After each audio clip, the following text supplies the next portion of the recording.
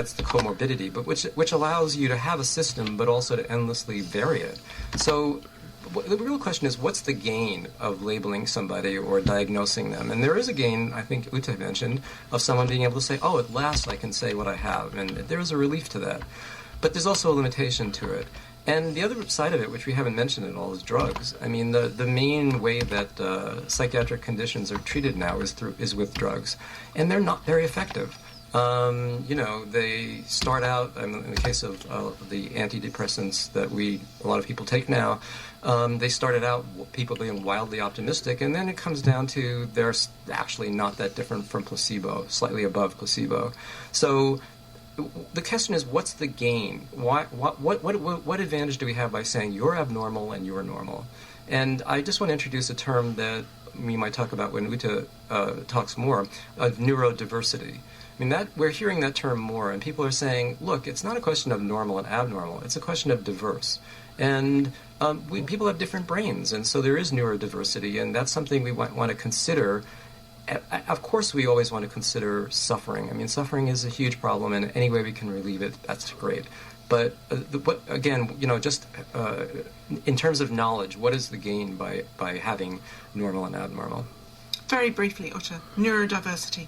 Yes, a very, very important concept, and I'm really very, very delighted that it is, in fact, the autism community that has really been at the forefront of campaigning for this and making a difference to how they understand themselves, other people understand them. So I think it's been a very interesting development. We'll hear more about that in a minute. Hold on to your thoughts, everybody. There's more to come from the forum after we've paused for the BBC News Summary. Distribution of the BBC World Service in the United States is made possible by American Public Media, producer and distributor of award-winning public radio content designed to engage, inform, and entertain. Delivering the BBC World Service, helping Americans navigate the world around them. Yeah, let's see what we got here. And takes up the fifth part of the land of Egypt in the 7th plenteous years, and let them gather all the food of those good years that come, and lay up corn under the hand of Pharaoh, and let them keep food in the cities, and that food shall be for store to the land against the 7 years of famine which shall be in the land of Egypt, that the land perish not through the famine. And the thing was good in the eyes of Pharaoh, and in the eyes of all his servants. And Pharaoh said unto his servant, Can we find such a one as this is, a man in whom the Spirit of God is?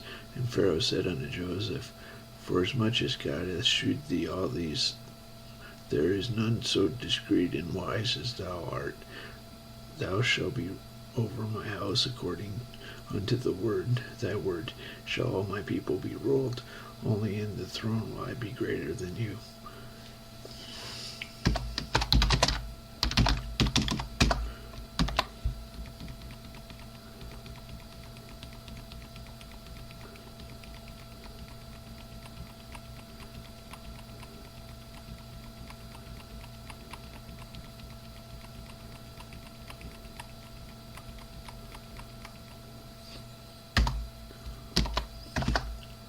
Dwellers faster appetite deem rejoices divination, redeemed inquiringly savory, flung exhausted yield, pleasure denies, legal sake sickness plays disposed, believe truth idle, molded, persuaded, walking consumption shady inquiry, scorned eased vision, my unhappiness pursues, recruiting faith powerful dug lettest, dedicate tread, Saturn diseased, triple confined remission, messengers toiled, 6 doors, physic, cheer born, luminaries, corners, arts, forum minute, thereupon approveth garb, sin ascending, saw unknown.